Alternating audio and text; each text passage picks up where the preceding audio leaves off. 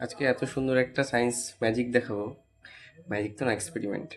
এই দেখো, এখানে মোমবাতি আছে, এখানে নিচে একটা বেস আছে, বেসের মধ্যে কিছুটা খানিকটা জল আছে, আর এই যে গ্লাস, ভারী কাচের গ্লাস। এখানে আমি দিলাম, গ্লাসটাকে তুলে নিলাম, ঠিক আছে, উঠলো না। এইবার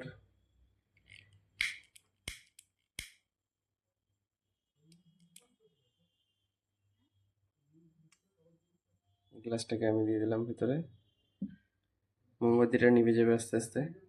কেন নিচ্ছে সেটাও বলবে স্টুডেন্ট।